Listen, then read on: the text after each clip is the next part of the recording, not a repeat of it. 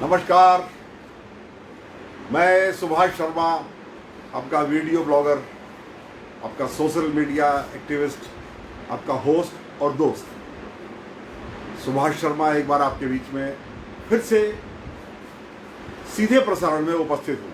आप सबका अभिवादन। मैं इस वक्त जो हमारी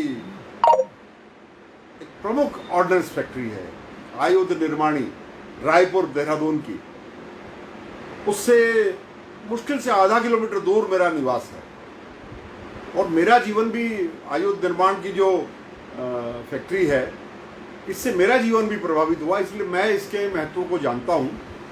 और जब ये खबर आती है कि देश की 41 आयुध निर्माण फैक्ट्रियाँ, ऑर्डिनेंस फैक्ट्रीज 41 है सब मिलाकर, उनके 74,000 कर्मचारी वो हड़ताल पर जाने वाले हैं 21 जुलाई से। तो मन विचलित होता है। मन विचलित इसलिए होता है कि ये देश के बहुत महत्वपूर्ण संस्थान है। 200 साल पुराना इनका इतिहास, अब वर्तमान जो व्यवस्था उसका है। ऐसे तो जब डच कॉलोनीज थी उस वक्त भी देश में ऑर्डिनेंस फैक्ट्रीज बनाई गई थी, मगर ब्रिटिशर्स ने इसका महत्व समझ के इसको बहुत मजबूत किया, इस इंफ्रास्ट्रक्चर को बहुत मजबूत किया। और वो वाला इंफ्रास्ट्रक्चर जहाँ सेकेंड वर्ल्ड वॉर का ट्रांजिट कैंप भी रहा, जिस क्षेत्र में, उस क्षेत्र को एक आधुनिक सुविधाओं से लैस मेन युद्ध के लिए, जो हमारा युद्ध होता है, दुर्भाग्यवश जो कई बार देश को युद्ध लड़ने पड़ते हैं और अपनी रक्षा के लिए भी, उसके लिए बहुत महत्वपूर्ण उपकरण, बहुत महत्वपूर्ण गन्स, उनका गोला बारूद और उनसे संबंधित तमाम चीज़ों को जो वो वहाँ पर बनाने का एक सिस्टम बनाया था, वो आज भी ज्यों का त्यों चला आ रहा। जब ये मालूम चलता है कि इस हड़ताल में देश की 3 सबसे बड़ी जो ट्रेड यूनियंस हैं, मजदूर यूनियन है, वो उसमें शामिल है, यानी आरएसएस द्वारा संचालित भारतीय मजदूर संघ, यहाँ उसका विशेष उल्लेख करना बहुत आवश्यक है, भारतीय मजदूर संघ का, क्योंकि वो आरएसएस के द्वारा संचालित है। यानी बड़ी अजीब स्थिति है। आरएसएस एक तरफ तो भारत की जो सरकार है, भारतीय जनता पार्टी के नेतृत्व वाली, एक तरफ तो उसको मॉनिटर करती है, उसको दिशा निर्देश देती है, और दूसरी तरफ तो उसके मजदूर संघ है, भारतीय मजदूर संघ के नाम से, वो भी आरएसएस के हैं। वो अपनी ही सरकार के, यानी एक ही बाप के 2 बेटे आपस में लड़ रहे हैं। तो यहाँ आरएसएस की भूमिका फिर संदिग्ध हो जाती है। अब ये मत कहिएगा कि मैं आरएसएस के इतने खिलाफ क्यों हूँ, लेकिन जब आरएसएस के काम ऐसे होंगे तो ये बोलना पड़ेगा। आरएसएस मौन क्यों है, इससे मध्यस्थता क्यों नहीं करती? भाई दोनों में तो एक ही ठीक हो सकता है ना। या तो देश की प्रधानमंत्री नरेंद्र मोदी के नेतृत्व वाली सरकार का फैसला सही होगा, तो ऐसे में आरएसएस को चाहिए कि उन्हीं की पैदा की हुई जो उनका ट्रेड यूनियन विंग है, जिसका नाम भारतीय मजदूर संघ है, वो भारतीय मजदूर संघ का पदाधिकारी जो एक तरफ भारतीय मजदूर संघ का उसका सदस्य है और दूसरी तरफ वो आरएसएस का सदस्य भी है, उसको बुला करके उसको समझाने में क्या दिक्कत है? और दिक्कत नहीं है, आप मौन हो, इसका मतलब है आप भारतीय मजदूर संघ की इस हड़ताल से सहमत हो। मोहन भागवत जी, आपके ऊपर सवाल है ये। और दोनों एक ही हैं, आरएसएस और भाजपा। ये सिर्फ जिम्मेदारी से बचने के लिए, कभी आरोप लगे तो हम कह दें हम तो भाजपा नहीं है, हम तो आरएसएस हैं, इससे बचने के लिए ये इन्होंने 2 अलग अलग चेहरे बना रखे हैं। एक चेहरे पे कई चेहरे इन्होंने लगा रखे हैं, वो भी हड़ताल पर है। अन्य जो 2 यूनियंस हैं, एक तो लेफ्ट ट्रेड यूनियन, लेफ्ट का 2-3-4 पार्टीज का कंबाइंड है, जिसमें C2 उसको लीड करती है। एक जमाने में एटक लीड किया करती थी, CPI वाली, all India trade union Congress. और यहाँ ये C2 अब आगे निकल गई काफ़ी, जो CPIM का ट्रेड विंग है, वो भी इसकी हड़ताल में शामिल है। और इंटक, जो भारतीय राष्ट्रीय कांग्रेस की एक मजदूर यूनियन है, वो भी इसमें शामिल है। तो ये तीनों यहाँ अपने सारे मतभेद भुला करके आपस में एक दूसरे की विचारधारा के का विरोध बहुत आक्रामक होकर ये तीनों करते हैं, मगर यहाँ ये तीनों एक साथ हैं, तो ये बड़ा महत्वपूर्ण हो जाता है। तो मैं थोड़ी सी इसकी बैकग्राउंड पे जाता हूँ। हमारे जो ऑर्डिनेंस फैक्ट्री के कर्मचारी हैं उनसे तो मेरी सहानुभूति है ही, और मैंने बताया ना, मेरा बचपन यहीं गुजरा है, और अगर रायपुर में ऑर्डिनेंस फैक्ट्री ना होती ना तो वो रायपुर ना होता जो आज है। इसका उल्लेख मैं आगे भी करूँगा। तो मेरा तो बचपन से रिश्ता 1973-74 से ही मेरा रिश्ता ऑर्डिनेंस फैक्ट्री रायपुर से है, और ऐसी 41 संस्थान हैं जो रक्षा मंत्रालय का जो डिफेंस बोर्ड है ना, उसके अंतर्गत आती है। उसमें किरकी फैक्ट्री में इसका एम्यूनिशन बनता है, वहाँ गोलियाँ बनती हैं, कहीं एक्सप्लोजिव बनता है, जबलपुर में भी इसी तरह की चीज़ें बनती हैं, देहरादून में काम बहुत होता है, मगर क्या बनता है वो बहुत गोपनीय है। ये बनाने वाले को भी मालूम नहीं कि वो कौन से मेन बैटल टैंक का कौन सा पार्ट बना रहा है। उसको तो पार्ट नंबर है और ड्राइंग है, उससे वो बनाते हैं। अब तो अधिकांश काम CNC मशीनों से होने लगा है, उसमें प्रिसीजन ड्राइंग कंप्यूटर से डाल दी जाती है और वो मशीन अपना काम स्वयं करती रहती है। और इसी तरह से कलकत्ता की है, कलकत्ता में काशीपुर उसको बोलते हैं, लिखा कोसीपुर जाता है, कोसी COSSIPUR कोसीपुर। मैंने वो भी देखा, बैरकपुर ट्रंक रोड पर आगे जाकर के वो फैक्ट्री BT रोड पर पड़ती है। वहाँ संभवतः अब रिवॉल्वर बनने लगी है, पिस्टल भी शायद वहीं बनती होगी, और राइफल इनकी बनती है कानपुर फैक्ट्री में। तो ये तो मैंने आपको कुछ एक बनाया। एक कोई अवरी करके कोई जगह है, रास्ते में मुरादनगर पड़ता है, वहाँ भी ऑर्डिनेंस फैक्ट्री। कुल मिलाकर के 41 प्रमुख संस्थान है। यानी बहुत सोच समझ के, बहुत मेहनत के साथ, बहुत बड़ी पूंजी लगा करके ये रक्षा संस्थान बनाए गए थे, ताकि देश अपनी रक्षा जरूरतों में आत्मनिर्भर हो।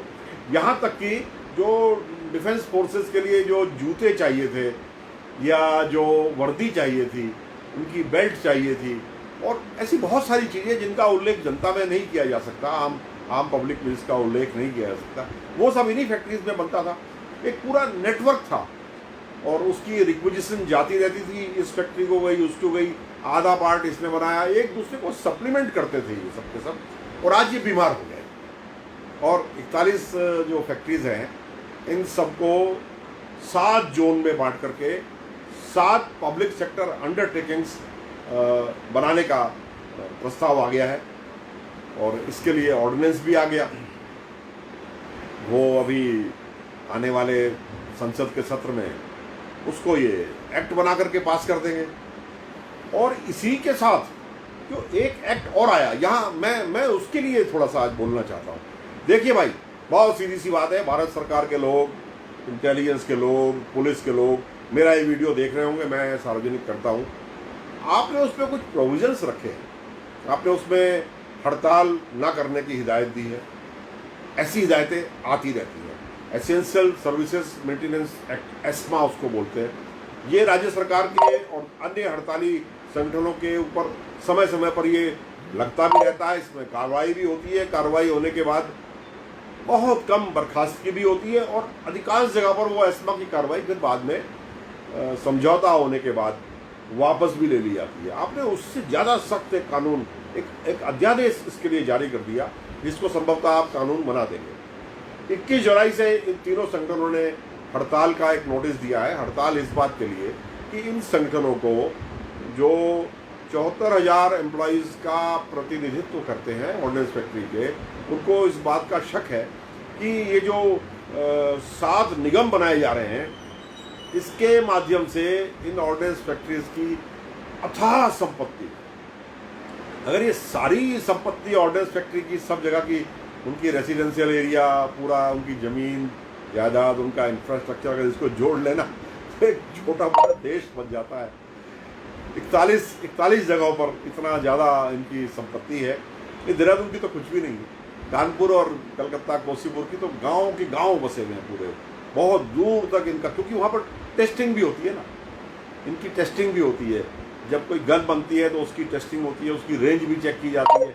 मेन बैटल टैंक जो हिंदुस्तान का बनता है उसके पार्ट्स बनते हैं, और फाइनल असेंबली के बाद उसकी बैरल कितनी क्षमता वाली है, इसके लिए बहुत बड़ा स्पेस चाहिए और आसपास का निर्जन एक क्षेत्र चाहिए जहां आबादी ना आए। इस तरह के टेस्ट रेंजेस में भी होते हैं, लेकिन बेसिक टेस्ट यही होते हैं। और फिर गोपनीयता, और फिर सुरक्षा, देश की सुरक्षा, उन ऑर्डर्स फैक्ट्रीज की सुरक्षा, इस सबसे जुड़े हुए सवाल है। इसलिए बहुत अकूत संपत्ति है। तो इसको 7 कॉरपोरेशंस में बांट करके भारत सरकार का जो रक्षा मंत्रालय है वो सीधे सीधे इससे अपनी जान छुड़ाना चाहता है। मैंने कल भी जब ये लिखा था कि सरकार एक कल्याणकारी संस्था होती है, राज्य या सरकार ये नहीं कह सकती कि ये काम तो मुनाफे के हैं, ये काम हम करेंगे और इस काम में घाटा है तो इसको बेच दो। ये देखिए, लाला की दुकान नहीं है, ये सरकार है, कल्याणकारी संस्था है। इसीलिए हम राज्य की प्रति वफादारी निभाते हैं, क्योंकि ये राज्य का कर्तव्य है कि वो हमारे कल्याण के लिए जो भी करना पड़े करे। और ऐसा करके सरकारें कोई एहसान नहीं करेंगी।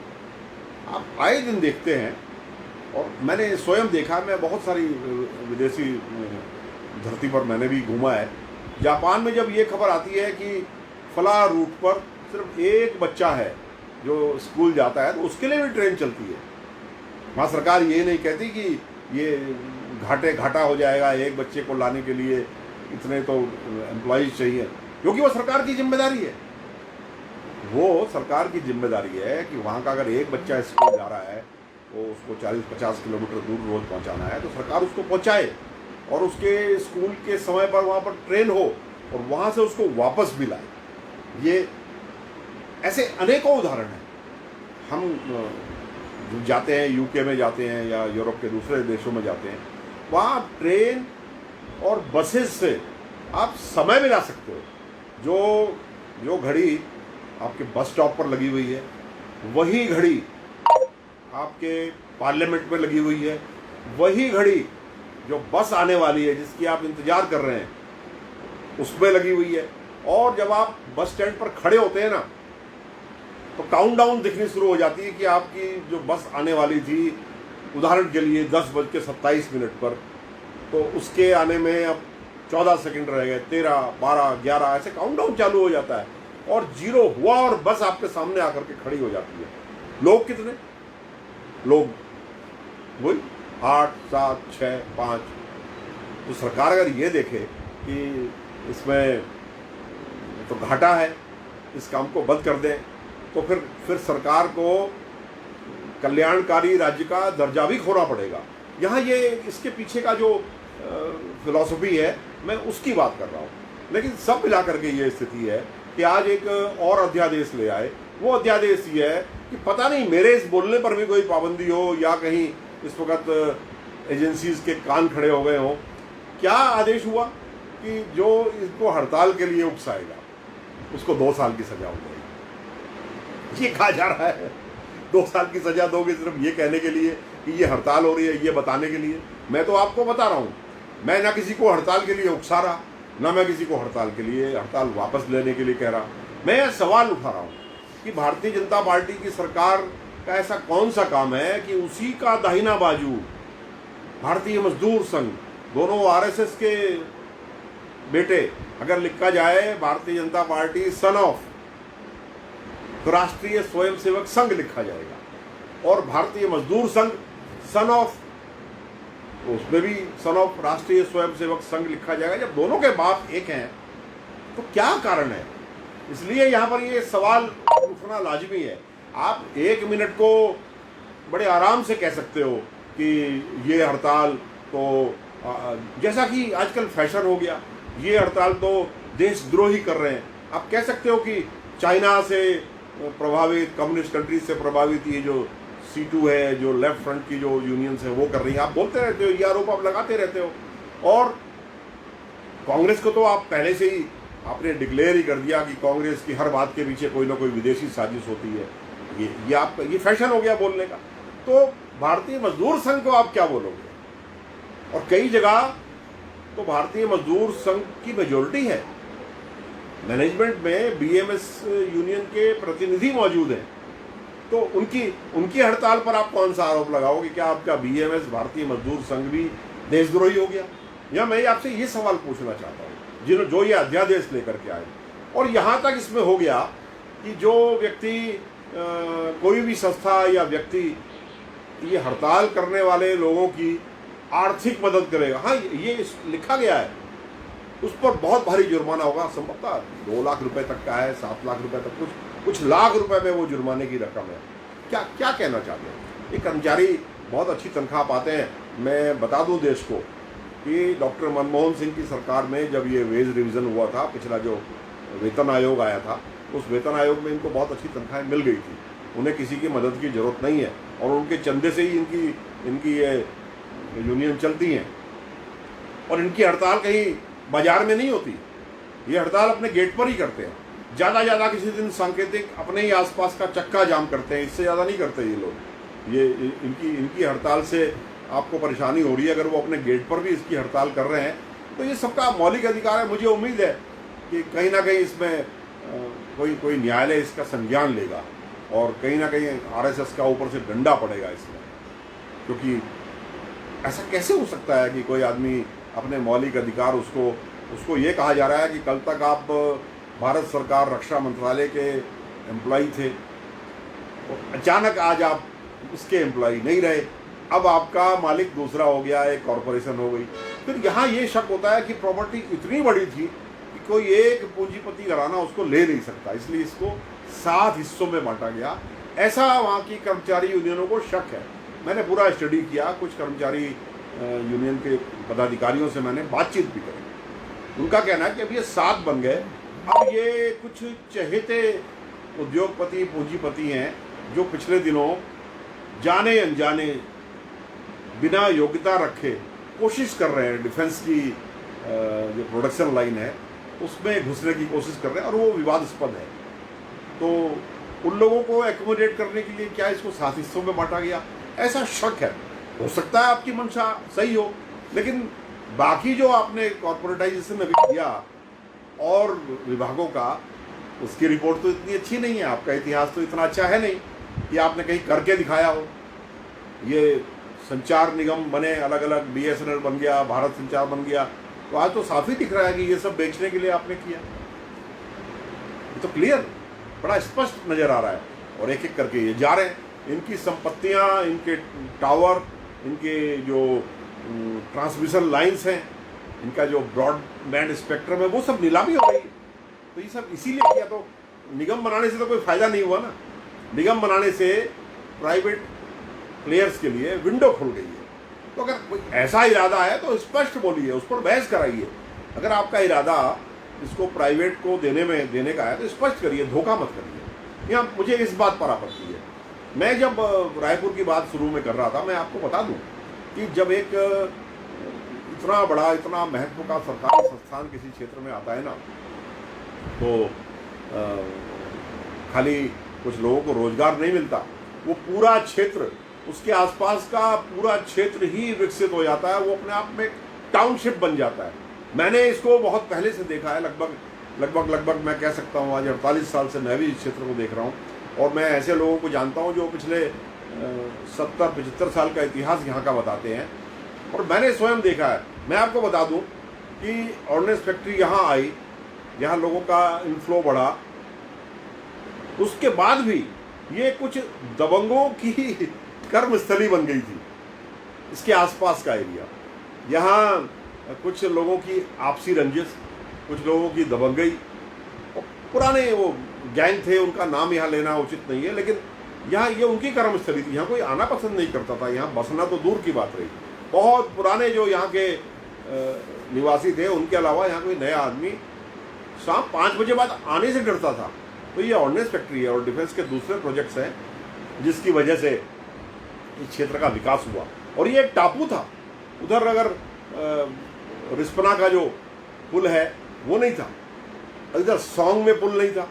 जब ज़्यादा बारिश आती थी तो ये टापू बन जाता था, यहाँ का आदमी यही रह जाता था।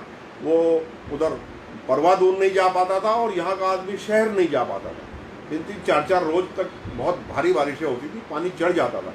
तो इस क्षेत्र के विकास में भी इस ऑर्डिनेंस फैक्ट्री का बहुत बड़ा योगदान है।